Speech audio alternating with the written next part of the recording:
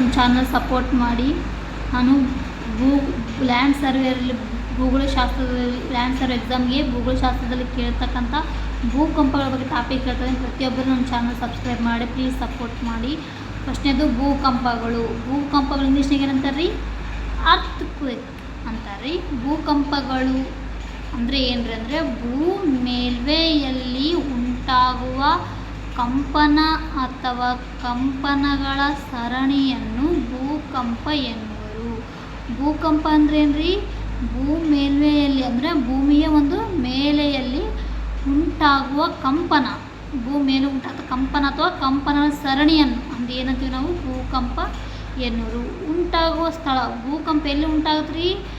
Mantle ಅಂತ ಪದರಿನ ಎಸ್ತನೋಸ್ಫಿಯರದಲ್ಲಿ. ಎಲ್ರಿ? ಮ್ಯಾಂಟಲ್ ಪದರ ಇರ್ತಲ್ರಿ, ಆ ಮ್ಯಾಂಟಲ್ ಪದರಿನ ಎಸ್ತಿನೋಸ್ಫಿಯರಲ್ಲಿ ಏನಾಗ್ತದೆ ರೀ? ಭೂಕಂಪ ಉಂಟಾಗ್ತತೆ. ನೆಕ್ಸ್ಟ್ ಸಿಸ್ಮೋಲಜಿ ಅಂದರೆ ಭೂಕಂಪನಗಳ ಅಧ್ಯಯನಕ್ಕೆ ನಾವೇನಂತೀವಿ? ಸಿಸ್ಮೋಲಜಿ ಅಂತೀವಿ. ಸಿಸ್ಮೋಗ್ರಾಫ್ ಅಂದ್ರೆ ಭೂಕಂಪದ ದಿಕ್ಕು, ವೇಗ, ಸ್ಥಳವನ್ನು ದಾಖಲಿಸುವ ಉಪಕರಣಕ್ಕೆ ಅಂತೀವಿ ಸಿಸ್ಮೋಗ್ರಾಫ್. ಎರಡು ಕನ್ಫ್ಯೂಸ್ ಅದ, ನೀಟಾಗಿ ನೋಡ್ಕೋ.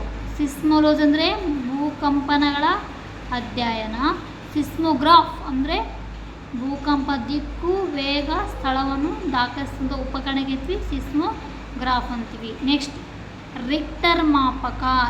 ರಿಕ್ಟರ್ ಮಾಪಕ ಅಂದರೆ ಏನ್ರಿ? ಭೂಕಂಪದ ಪ್ರಮಾಣವನ್ನು ಅಳಿತಕ್ಕಂಥದ್ದು. ಅಂದರೆ ಭೂಕಂಪ ಪ್ರಮಾಣ ಅಳೆಯುವ ಸಾಧನ ಯಾವುದ್ರಿ? ರಿಕ್ಟರ್ ಮಾಪಕ. ಇದು ಮುಖ್ಯವಾಗಿ ಇಂಪಾರ್ಟೆಂಟ್ ನೋಡ್ರಿ, ಇಂಪಾರ್ಟೆಂಟ್ ಇದು ರಿಕ್ಟರ್ ಮಾಪಕ. ಭೂಕಂಪದ ಹೆಂಗೆ ಕೇಳ್ತಾರೆ ಕ್ವಶನ್ ರೀ? ಭೂಕಂಪದ ಪ್ರಮಾಣವನ್ನು ಅಳೆಯುವ ಸಾಧನ ಯಾವುದು? ಆಪ್ಷನ್ಸ್ ಕೊಟ್ಟಿರ್ತಾರೆ ಅದ್ರಾಗ ಯಾವುದು ರೀ? ರಿಕ್ಟರ್ ಮಾಪಕ. ನೆಕ್ಸ್ಟ್ ಮರ್ಸೆಲಿ ಅಂದರೆ ಭೂಕಂಪದ ತೀವ್ರತೆ ಅಳಿತಕ್ಕಂಥದ್ದು ಯಾವುದು? ಮರ್ಸರಿ ಸ್ಕೇಲ್. ರಿಕ್ಟರ್ ಸ್ಕೇಲ್ ಬೇರೆ, ಮರ್ಸರಿ ಸ್ಕೇಲ್ ಬೇರೆ. ಇದು ಮರ್ಸರಿ ಭೂಕಂಪದ ತೀವ್ರತೆ ಅಳತ್ರಿ. ರಿಕ್ಟರ್ ಮಾಪಕ ಭೂಕಂಪದ ಪ್ರಮಾಣವನ್ನು ಅಳಿತೈತ್ರಿ. ಭಾಳ ಕನ್ಫ್ಯೂಸ್ ಅದಾವ.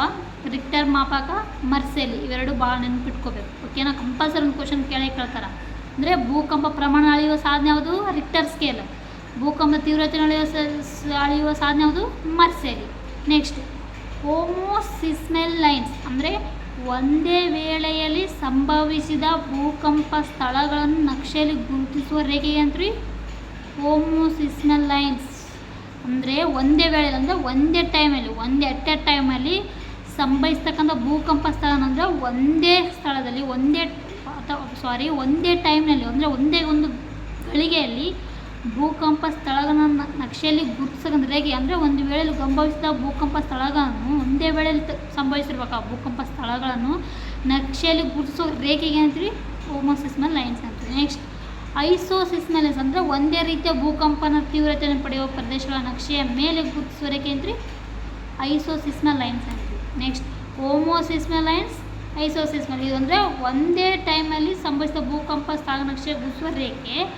ಐಸೋ ಅಂದರೆ ಒಂದೇ ರೀತಿಯ ಭೂಕಂಪ ತೀವ್ರತೆಯನ್ನು ಪಡೆಯುವ ಪ್ರದೇಶದ, ಇದು ಭೂಕಂಪ ತೀವ್ರತೆಯನ್ನು ಪಡೆದ ಪ್ರದೇಶ ನಕ್ಷೆಯನ್ನು ಗುರುತಿಸುವ ರೇಖೆ. ಇದು ಒಂದೇ ಗಳಿಗೆಯಲ್ಲಿ ಸಂಭವಿಸ್ತಕ್ಕಂಥ ಭೂಕಂಪ ನಕ್ಷೆಯನ್ನು ಗುರುತಿಸುವ ರೇಖೆ. ಹೋಮೋಸಿಸ್ಮಲ್ ಲೈನ್ಸ್, ಐಸೋಸಿಸ್ಮಲ್ ನೆನ್ಪಿಟ್ಕೋಬೇಕು. ನೆಕ್ಸ್ಟ್ ಸಿಸ್ಮೋ ಫೋಕಸ್ ಅಂದರೆ ಇಂಗ್ಲೀಷ್ನಲ್ಲಿ ಹೈಪೋ ಸೆಂಟರ್ ಅಂದರೆ ಬೇರೆ ಅಲ್ಲ. ನೆಕ್ಸ್ಟ್ ಐಸಿಸ್ಮೋ ಫೋಕಸ್ ಅಂದರೆ ಎರಡೂ ಒಂದೇ. ಭೂಮಿಯ ಅಂತರಾಳದಲ್ಲಿ ಭೂಕಂಪ ಉಗಮ ಸ್ಥಳವನ್ನು ಭೂಕಂಪ ನಾಭಿ ಅನ್ನೋರು. ಭೂಕಂಪ ನಾಭಿ ಇಂಗ್ಲೀಷ್ ಅಂತಾರೆ ಫೋಕಸ್ ಅಂತಾರೆ. ಅಂದರೆ ಸಿಸ್ಮೋ ಫೋಕಸ್ ಅಂದ್ರೇನು? ಭೂಮಿ ಒಂದು ಅಂತರಾಳದಿಂದ, ಭೂಮಿಯ ಅಂತರಾಳದಿಂದ ಭೂಕಂಪ ಆಗುತ್ತಲ್ವ, ಆ ಒಂದು ಭೂಕಂಪ ಉಗಮವಂತ ಸ್ಥಳ ಐತಲ್ಲ ಭೂಮಿಯ ಒಳಗಿನ ಸ್ಥಳಕ್ಕೆ ನಾವೇಂತೀವಿ ಭೂಕಂಪ ನಾಭಿ ಎನ್ನುವರು. ಬಾಹ್ಯ ಕೇಂದ್ರ ಅಂದರೆ ಭೂಕಂಪ ನಾಭಿಗೆ ಲಂಬವಾಗಿ ಭೂಮಿಯ ಹೊರಭಾಗಕ್ಕೆ ಭೂಕಂಪನ ಅಲೆಗಳು ತಲುಪುವ ಬಿಂದುಗೆ ಅಂತೀವಿ ಎಪಿ ಸೆಂಟರ್. ಬಾಹ್ಯಾಕಾಶಕ್ಕೆ ಏನಂತೀವಿ? ಎಪಿ ಸೆಂಟರ್ ಅಂತೀವಿ. ನೆಕ್ಸ್ಟ್ ಭೂಕಂಪಗಳಿಗೆ ಕಾರಣಗಳ್ಯಾವು? ಭೂಕಂಪ ಆಗ್ತಕ್ಕ ಭೂಮಿಯ ಮೇಲೆ ಭೂಕಂಪ ಆಗೋ ಕಾರಣಗಳ್ಯಾವು?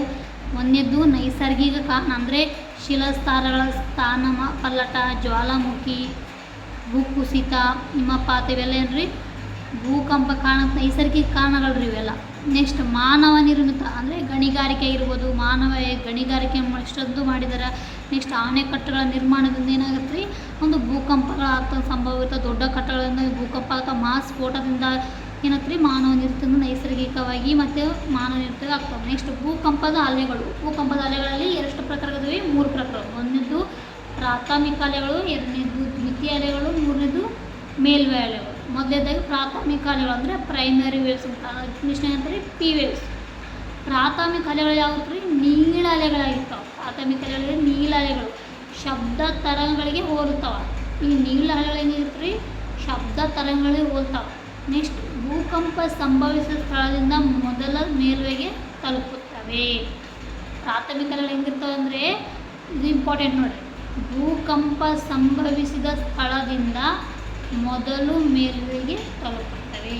ಪ್ರಾಥಮಿಕ ಅಲೆಗಳು ನೀಲ ಅಲೆಗಳಾಗಿವೆ, ಶಬ್ದ ತರಂಗಗಳಿಗೆ ಹೋಲ್ತವೆ. ಪ್ರಾಥಮಿಕ ಅಲೆಗಳು ಭೂಕಂಪ ಸಂಭವಿಸಿದ ಸ್ಥಳದಿಂದ ಮೊದಲ ಮೇಲ್ಮೈಗೆ ತಲುಪುತ್ತವೆ. ನೆಕ್ಸ್ಟ್ ಈ ಪ್ರಾಥಮಿಕ ಅಲೆಗಳು ಹೆಂಗಿರ್ತಾವ್ರಿ, ಯಾವ ರೂಪದಲ್ಲಿ ಬಂದಿರ್ತಾವ್ರಿ, ಈ ಭೂಕಂಪದ ಅಲೆಗಳ ಪ್ರಾಥಮಿಕ ಅಲೆಗಳು ಅನಿಲ, ಘನ, ದ್ರವ ರೂಪದಲ್ಲಿ ಚಲಿಸ್ತಾವೆ. ಹೆಂಗಿರ್ತಾವ, ಅನಿಲ, ಘನ, ದ್ರವ ರೂಪದಲ್ಲಿ ಚಲಿಸ್ತಾವೆ, ವೇಗವಾಗಿ ಚಲಿಸುತ್ತವೆ ಇವು ಪ್ರಾಥಮಿಕ ಅಲೆಗಳು. ಅದು ಪರ್ ಸೆಕೆಂಡ್ಗೆ 4 ರಿಂದ 13 ಕಿಲೋಮೀಟರ್, 4 ಕಿಲೋಮೀಟರ್ಲಿಂದ 13 ಕಿಲೋಮೀಟರ್ ಒಳಗಡೆ ಪರ್ ಸೆಕೆಂಡ್ನಲ್ಲಿ ಆದಷ್ಟು ವೇಗವಾಗಿ ಪ್ರಾಥಮಿಕ ಅಲೆಗಳು ಚಲಿಸುತ್ತವೆ. ಪ್ರಾಥಮಿಕ ಅಲೆಗಳು ಸಿಸ್ಮೋಗ್ರಾಫ್ನಲ್ಲಿ ಮೊದಲು ಕಂಡು ಬರ್ತವೆ. ಈ ಪ್ರಾಥಮಿಕ ಎಲ್ಲಿ ಕಂಡು ಬರ್ತವೆ, ಸಿಸ್ಮೋಗ್ರಾಫ್ ಅಂದರೆ ಏನಂದರೆ ಆಲ್ರೆಡಿ ಹೇಳಿದ್ದೀನಿ. ಸಿಸ್ಮೋಗ್ರಾಫ್ ಅಂದರೆ ಭೂಕಂಪ ದಿಕ್ಕು, ವೇಗ, ಸ್ಥಳವನ್ನು ದಾಖಲಿಸುವ ಉಪಕರಣ. ಪ್ರಾಥಮಿಕ ಅಲೆಗಳನ್ನು ಸಿಸ್ಮೋಗ್ರಾಫ್ನ ಮೊದಲೇ ಮಾಡೋದು ಕಂಡು ಬರ್ತವೆ. ಪ್ರಾಥಮಿಕ ಅಲೆಗಳಿಗೆ ಏನು ಟಾಪಿಕ್ ಇದೆ ಅಂದರೆ, ಪ್ರಾಥಮಿಕ ಅಲೆಗಳು ಯಾವ ಅಲೆಗಳಾಗಿವೆ, ನೀಲ ಅಲೆಗಳಾಗಿವೆ, ಶಬ್ದ ತರಂಗಗಳು ಹೋಗ್ತವೆ. ಭೂಕಂಪ ಸಂಭವಿಸಿದ ಸ್ಥಳದಿಂದ ಮೊದಲು ಮೇಲ್ಮೈ ತಲುಪುತ್ತವೆ. ಇವರು ಯಾವ ರೂಪದಲ್ಲಿರ್ತವೆ, ಅನಿಲ ರೂಪದಲ್ಲಿರ್ಬೋದು, ಅಥವಾ ಘನ ರೂಪದಲ್ಲಿರ್ಬೋದು, ಅಥವಾ ದ್ರವ ರೂಪದಲ್ಲಿ ಇವು ವೇಗವಾಗಿ ಚಲಿಸುತ್ತವೆ. ಪ್ರಾಥಮಿಕ ಅಲೆಗಳನ್ನ ಸಿಸ್ಮೋಗ್ರಾಫ್ನಲ್ಲಿ ನಾವು ಕಂಡುಬರ್ತವೆ. ನೆಕ್ಸ್ಟ್ ದ್ವಿತೀಯ ಅಲೆಗಳು. ದ್ವಿತೀಯ ಅಲೆಗಳು ಯಾವ ರೀ, ಸೆಕೆಂಡರಿ ವೇವ್ಸ್. ಇವು ಅಡ್ಡ ಅಲೆಗಳು ರೀ. ಈ ದ್ವಿತೀಯ ಅಲೆಗಳು ಹೆಂಗಿರ್ತಾವ್ರಿ, ಇವು ಅಡ್ಡ ಟ್ರಾನ್ಸ್ವರ್ಸ್ ವೇವ್ಸ್ ಅಂತಾರೆ. ಹೀಗೆ ಅಂತಾರೆ ಟ್ರಾನ್ಸ್ವರ್ಸ್ ವೇವ್. ಕುಲುಕುವ ಅಲೆಗಳು ಅಂತಾರೆ, ಕುಲುಕ್ತಾವಂತ್ರಿ, ಕುಲುಕುವ ಅಲೆಗಳು. ಇನ್ನೊಂದು ಹೆಸರು ಏನು ರೀ, ಅಡ್ಡ ಅಲೆಗಳು, ಕುಲುಕುವ ಅಲೆಗಳು. ಯಾಕಂತಾರೆ ದ್ವಿತೀಯ ಅಲೆಗಳಂತ. ನೆಕ್ಸ್ಟ್ ಭೂಕಂಪದ ನಂತರ ಸ್ವಲ್ಪ ಸಮಯದ ಬಳಿಕ ತಲುಪುತ್ತವೆ. ಭೂಕಂಪ ಸ್ವಲ್ಪ ಸಮಯ ತಗೊಂಡ್ಮೇಲೆ ಬಳಿಕ ತಲುಪ್ತವೆ. ಯಾವ ರೀ, ದ್ವಿತೀಯ ಅಲೆಗಳು.